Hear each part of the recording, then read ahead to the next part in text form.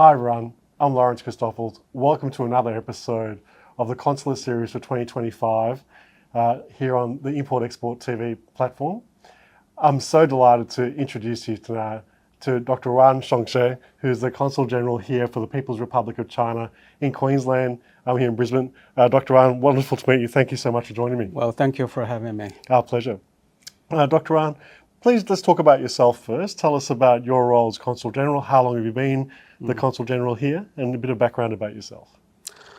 Well, let me start first by saying I have spent most of my time in China, particularly in a think tank named China Institute of International Studies. So I have been doing the research. I was academia. But luckily enough, this is my third posting. My first posting was in London over 20 years ago. My last post was in Washington, now here in Brisbane. I'm so delighted to be here, and this is an absolutely great place. I just love it. Wonderful. Well, those are some incredible postings, and Brisbane's very different to those type of places. But what about personally? Do you have any hobbies? Do you have a love of different things here in Queensland as well? Well, yeah, I think one of the best opportunity for me to be in Brisbane is I have a greater exchange and a lot of engagement with the people from all walks of life, and particularly the Chinese community here are very dynamic, and they're also doing their best to contribute a lot to the local economies and people-to-people exchanges, and also to promote the bilateral relationship. And of course, Brisbane is a very, very unique city, and it's very promising. So I'm so lucky to be here. I can witness the transformation of this city. Now, I've been here already about 2.5 years now. So I have lots of interactions. I try to reach out to various kind of people, partners, stakeholders, and actually my portfolio here is, of course, first of all, to serve the Chinese community here. They have lots of consular services. That takes lots of my time. And also, in the same time, equally important, I try to promote the China and Queensland friendship and cooperation. Particularly, the business community are just so dynamic. I find it's a very, very good partners to work with. So I like to do more to promote our bilateral trade and economic cooperations. Wonderful. Well, as you pointed out, Dr. Ruan, the Queensland's got a very unique diversity of across industry sectors. We've got such a big state, and it covers food, agribusiness, mining, tourism, all these type of opportunities. Can I ask you about some of obviously China covers every diverse industry as well, and it's the global powerhouse of trade. But tell us, are there any key focus industries that you want to try and promote between Queensland and China? Well, as a matter of fact, the list can be very long, but for sake of time, I identify 4 of them. The first one, of course, the energy collaboration, particularly new energy collaboration. This is of fundamental importance. I understand the Queensland government and also the Australian federal government to pledge to decarbonize its economy in the foreseeable future. As a matter of fact, you set a very ambitious goal for that. So it needs a lot of efforts to deliver. And China is also very much under transformation for the energy. Particularly, we invest enormously on the new energy area. So I think this area should be one of the collaborations which is beneficial for 2 of us. And secondly, I think agriculture is also very important. As I understand, Queensland is a very much agriculture state. You guys got lots of good stuff, and for China, we have a huge market for this. And like I said, China in the next 10 years, our middle income population will be double from 400 million to 800 million. So we deserve to have a much better high quality or premium food and agricultural products. I think Queensland play a pivotal role in bridging this gap. And thirdly, I think education may be one of the area. we need to do more. Of course, China has been, Chinese students has been the largest source of the Queensland universities. But we do see, particularly I'm here, I do see there is a great potential to promote all this. And the students that play a part of bridging and to serving as a lifelong times and the friendship or the envoys of both Queensland and China. So that's an excellent asset. Finally, last but not least is tourism. I think this is also absolutely bright spots for our two collaboration. Queensland is pretty much well known for its assets of Great Barrier Reef and beautiful beaches. So I think these are some of your advantages. But in the same time, I do hope the tourism could be reciprocal. We need to, I also here to promote the Australian friends that can also visit China. Particularly recently, we rolled out a very good policy. The visa-free stay, 30 days. So this is absolutely good news. The feedback is quite enormous and positive. So there is a lot, so we can collaborate with each other. And basically, this is a mutually beneficial relationship. Yeah, wonderful. Well, you've already answered a few of the things that I was going to ask you. What are the things that you love and enjoy about Queensland? But tell us, you've been here for about 2.5 years. Have you had a chance to see a lot of the Queensland state? It's quite a big state, as you know. Yes, absolutely. So this is one of the beauty of Queensland. So it's a much larger size. Yes, I did. I tried to reach out. I've been to Cairns, Gladstone. And also, last year, I even visited the Torres Island. So that's absolutely extraordinary. It's so impressive. And also, of course, many other cities and towns around in Brisbane. So I think as a Consul General here, I need to understand more and to reach out to friends. I also visit, for example, in the sugarcane farming. Oh, wow. And macadamia farming and avocado farmings and all this. And so I do identify growing opportunities for us to work with each other. Wonderful. Well, one of the things that is so great about the Consul General role is to bring the culture, the community, and the business opportunities together. It's quite a unique and special role, as you pointed out. Tell us some of the initiatives or programs that your office does here to try and foster those type of opportunities. Well, absolutely, you're right. And culture play a pivotal role. It's so enormous. And I do find the similarities, some ideas we share with each other. I'm very impressed here since I'm Consul General here. I've never been in Brisbane before taking this post. But one thing really impressed me so much is about multiculturalism. And it highlights the respect, tolerance, and collaboration. All this stuff is extremely important. For China, we have a very rich, full, and long history of a culture, also very diversified. So in China, the culture is we emphasize the unity in diversity.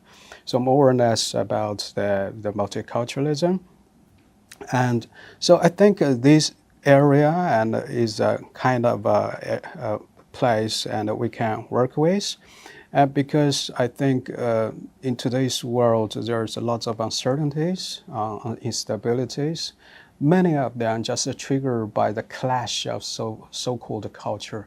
And a couple of years ago, American scholar even advocates the clash of civilization. This is absolutely misleading and it creates lots of problems for us. The civilization should be mutually beneficial, reinforce, empower with each other. So China is a very strong belief of this unity in diversity.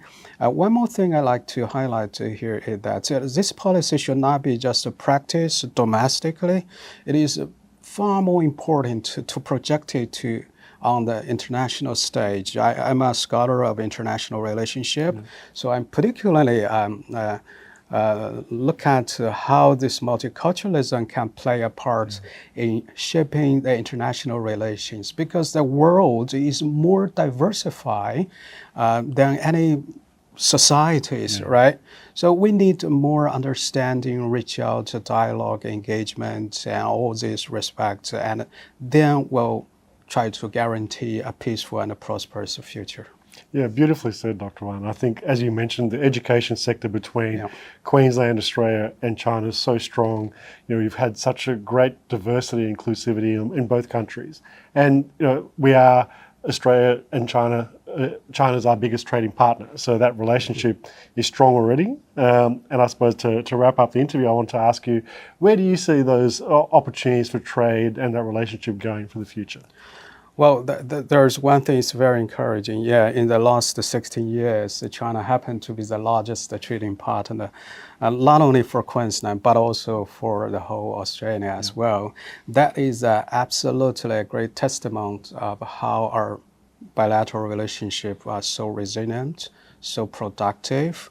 And I like to also reframe the China-Australia relationship as A, B, C, D, E. A is for adjacency, B is benefit, C is for complementary, D for dialogue, E for engagement. So wherever we are, no matter what happens, so if we observe all these rules, and our relationship will go further and more flourish.